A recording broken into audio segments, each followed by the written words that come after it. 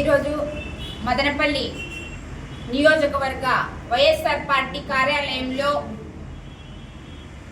ఈ పోస్టర్ ఆవిష్కరణ జరుగుతుంది. దాని ఉద్దేశం ఏమంటే కోటి సంతకాలతో ఈ మనకున్న హాస్పిటల్స్ 17 రాష్ట్రంలో ఉన్న హాస్పిటల్స్ని ప్రైవేటీకరణ చేయడం మీద మేము నిరసన తెలుపుతూ ఆ నిరసనకు ప్రతిరూపమే ఈరోజు ఈ పోస్టర్ ఆవిష్కరణ జరుగుతుంది. ఈరోజు అంటే అక్టోబర్ 10, నవంబర్ 22 వరకు ఈ కార్యక్రమం 1 by 1 సంతకాలు, రచ్చబండ కార్యక్రమాలు, అలాగే ర్యాలీలు, అలాగే రాష్ట్రంలో హెడ్ క్వార్టర్స్లో లాస్ట్లో మేము వచ్చేసిందును మెమరాండం ఇవ్వడం, ఇవన్నీ కూడా 1 by 1 జరుగుతుంది. దాన్ని ఉద్దేశించే ఈరోజు ఈ పోస్టర్ ఆవిష్కరణ జరిగింది.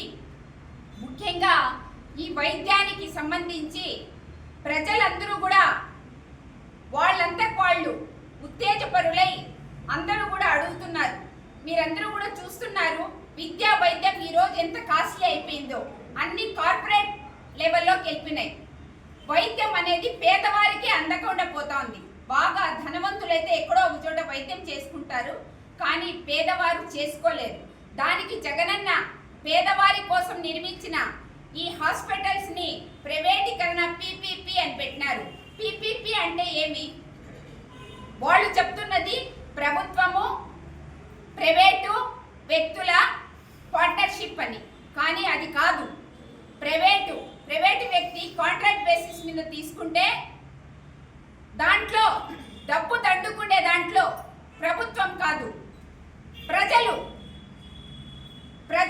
డబ్బు తీసుకొని వస్తే అది దండుకోవడం, మళ్ళా వీళ్ళన్నీ పార్ట్నర్షిప్తో పంచుకోవడం. అంటే ఎవడైనా కొనుక్కున్న ఒక వస్తువు కొనుక్కుంటే దానికి లాభానికే ఇవ్వాలనుకుంటాడు, కానీ నష్టానికి ఇవ్వాలని ఎవడు అనుకోడు. ఇంకో విషయం మీకు చెప్తున్నాను, ప్రజలను ఇలాంటి పరిస్థితులకు దిగజారుస్తున్న ఈ తెలుగుదేశం గవర్నమెంట్ని తొందరలో వాళ్లకు ఇంకా కొంచెం మైండ్ దొబ్బింది. దానికోసమే ఈ మైండ్ దొబ్బి ఇలాంటి కార్యక్రమాలన్నీ కూడా చేస్తున్నారు. కళ్ళకు కూడా కనిపించడం లేదు. అసలు ఈరోజు వైద్యం అనేది ఎంత కాస్ట్లీ అయిపోతుంది అనేది అందరూ గుర్తించాలి.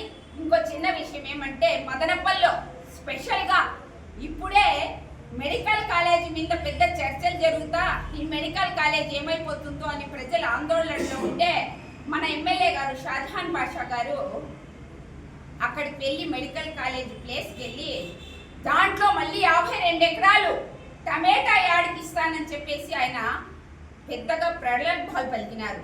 అంటే ఒక కాలేజీ ఉన్న చోట టమేటా మార్కెట్ని ఏర్పాటు చేస్తే అది ఎంత గందరగోళం అవుతుంది, టమేటా కుళ్ళిపోతే ఎంత వాసన వస్తుంది, అవి కుప్పలుగా పోస్తే ఎన్ని పురుగులు పడతాయి, అప్పుడు ఆరోగ్యం ఎలా అందిస్తారని నేను ఆయనకు సూటిగా అడుగుతున్నా.